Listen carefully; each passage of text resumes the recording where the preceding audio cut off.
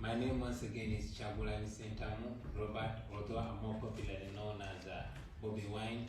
I am the leader of the People Power Movement and the National Unity Platform political party in Uganda. It's a pleasure to be able to once again represent the plight of my people in Uganda, not just the party that I lead, but the masses of the people. Uganda is a country of 45 million people, 85% of which are young people under the age of 35.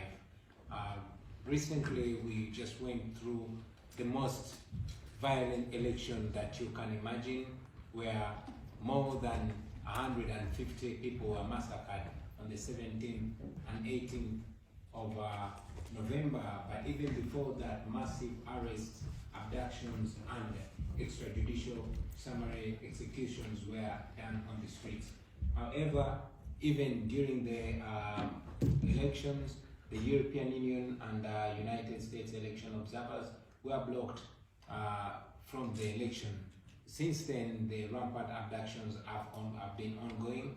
The lawlessness has continued, and as we speak right now, thousands of young people are rotting in jails, while tortures and blatant beatings and cruel treatment of the citizens is ongoing. The people of Uganda are only looking to the international community, because while Uganda has never had a peaceful transfer of power since independence, General Museveni having come to power 36 years ago through force of arms, we have constantly discouraged violence because we believe in non-violent actions of transforming our country and changing leadership. Unfortunately, even when the people of Uganda have endeavored to be peaceful and to be moral and to be legal, they have been responded to with brute force killings in the full view of the international community. The reason why I see this as a great opportunity is because we know that dictatorships like General Museveni can only be responsible and called out by the international community. Uganda is a country that largely depends on international aid. And we know that General Museveni can only be called to order when the voice of the international and development partners speak out, because Uganda largely depends on the donations that come from the international community. While we appreciate the partnership of the European countries with Uganda in terms of healthcare and education, we also know that dictatorships in Africa, particularly in Uganda, have been held and kept alive and indeed encouraged by the support of the international community. So it is my prayer and the prayer of my people that the European Union makes the respect for democracy, the respect for human rights, and the respect for the rule of law preconditions for partnerships with Uganda. Otherwise, it is sad to speak, but it continues to make developed democracies like those in Europe look like they're partnering in crime with General Museveni's repressive regime in Uganda. I am hoping that my submission here will appeal to the morality of the European Union and the European Parliament, and I hope that they will find the moral courage to hold General Museveni accountable, because if they hold General Museveni accountable, it will be a very strong precedent that will be set, that even the leaders that will come after General Museveni will know that the international community is not going to fold arms and sit back and watch all this criminality and all these human rights violations go on in Uganda. As I conclude, I will mention the most recent blatant human rights violations that have happened. One of the most famous writers in Uganda, who wrote a book called The Banana Republic, responded to a tweet by the son of the president, who is clearly above the law, who was picked and whipped, and the pictures have been moving on social media with his back cut with a whip with more than 100 times. Unfortunately, the world continues to look on, and international aid continues to flow into Uganda, which international aid is lost in patronage and corruption while the people of Uganda continue to languish in desperation. It is my humble prayer that once again we are seen and indeed held by the values of morality that bring us together as the international community. We know that the European Union can evoke sanctions against all the human rights abusers. We know that the European Union can evoke the Global Magnitsky against General Museveni, which will lay a good and strong moral precedent for the generations now and the generations to come. I thank you.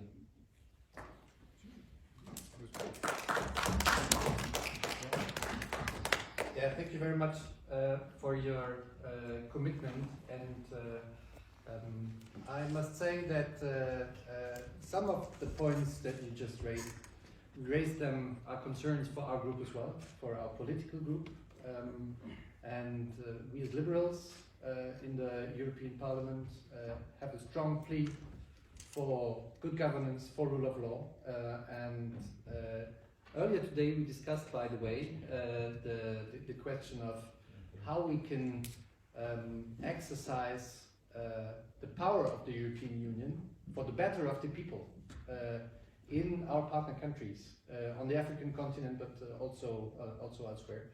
So, but I would now invite the colleagues to take the floor, to give a statement, to ask questions to you. And we'll start with Nico Stefanuta, who is, as I already said, the co-author of the Parliament resolution, and then I will give the floor to Barry.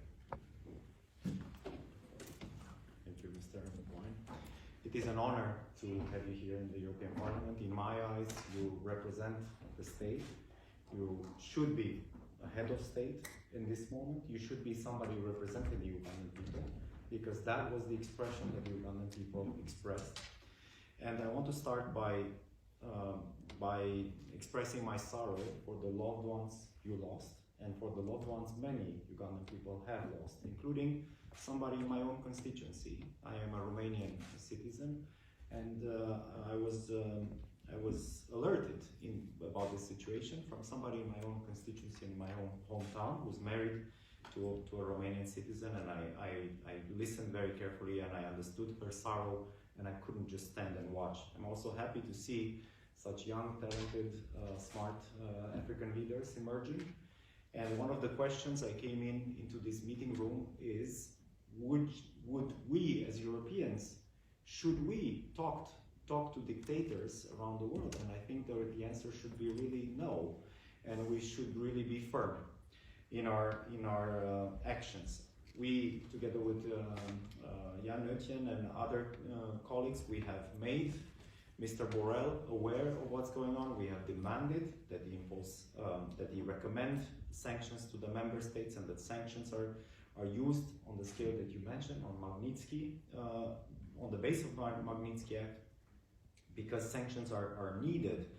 Now, I want to make it clear for those watching, because I bet you have this information at home as well, coming from the governmental side. I want to make clear, if sanctions are drawn, these are not against the Ugandan people, they are against the leaders who torture you, who cut the internet, who kidnap your loved ones, who ban any kind of free expression, and who hold on to power with their life. So if sanctions do come, they are not against the Ugandan people. On the contrary, Europe has been very careful to watch also the pandemic situation, to watch anything that could help the people, but not the politicians in power. And I say that not only as a person who is into foreign politics, but I'm also the budget rapporteur this year for the European Parliament, and I will make sure that the money that does flow from the European Union comes without accountability, and it doesn't go into the wrong hands. Thank you once more for being with us. We are with the Ugandan people in our actions. Thank you. I welcome now Petras Ostrovicius. Thank you, Petras, for joining, and I give the floor to Barry. You're very welcome, Mr. Wine. Thank you for your presentation. It's an honor to meet you. I've been following you on social media for the last year or more, and thank Nico and Jan this opportunity this afternoon. So I understood you made two calls, one in relation to sanctions, and Nico has addressed that very clearly, and the other is in relation to development cooperation. And I remember a case in Uganda where the Prime Minister's office were accused of fraud in relation to €16 million, which is donated to the Prime Minister's office. Not the President's office, but the Prime Minister's office. I think it was around 2008. However, the fraud was identified by the Office of the Auditor General, and the Office of the Auditor General had been supported by financial aid as well, international development cooperation. And so there is a sort of a balance that seems to me that has to be struck. While sanctions are good because they target the individuals they're meant to target, the problem with restricting development cooperation is that you can have a negative impact on the growth of institutional capacity, whether it's the Auditor General, whether it's the Department of Finance, whether it's the judiciary. So I suppose I'm asking you the question really, how do we strike that balance to make sure that we, yes, let's do the sanctions, but in relation to development cooperation, how do we avoid damaging the socioeconomic conditions that we're trying to support? Thank you very much. Indeed, I will once again reiterate my appreciation for the support for the international community, in particular the European Union, and for on one look, one would realize that indeed it is only the projects and the efforts that are monitored directly by the donors that is the only place, the only situation where international aid makes sense. Otherwise, like you have mentioned many times, the international aid is siphoned and lost in corruption. In Uganda, we have a situation where the president is the state and the state is him. We have total breakdown of institutions that he directs where all the aid goes to. Many times aid that is aimed at helping the people of Uganda is actually turned into oppressing them, lost in, like I mentioned, in patronage and oppression. So while we support the cooperation, while we support the assistance, we would suggest that only the areas where the international community directly focuses and directly supervises the aid, that is only when the aid makes sense to the people of Uganda. Otherwise, the aid that is channeled to help the people of Uganda is many times ending up oppressing the people of Uganda. Thank you for